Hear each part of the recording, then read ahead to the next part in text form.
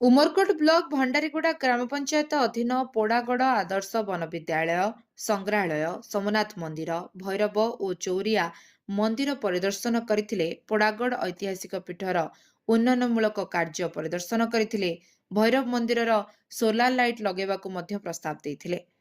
तेबे जिलापाल भैरव मंदिर निकटरे थिबा जमी चाष करुथुवा लोकंकु चाष करबाकू मना करथिले। जंगल बंचाइबाकू परामर्श देथिले।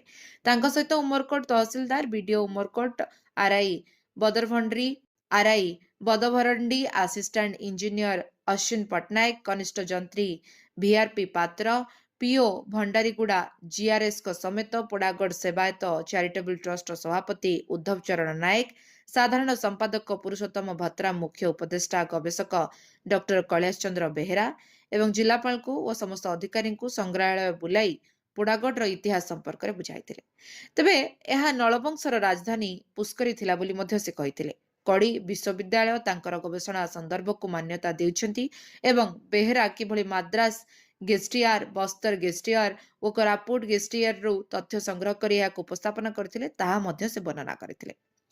जिलापाल भैरव ठाकुर शिवंकर भैरव रूप कहितवा बेले डॉक्टर बेहेरा याकू विष्णुंक भैरव रूप वर्णना करथिले। 12 भाई भैरव नृसिंह भैरव बटुक भैरव खंगार भैरव संघार भैरव उलट भैरव पुलट भैरव पुराण रे वर्णित विषय मध्य से बुझाइतिले।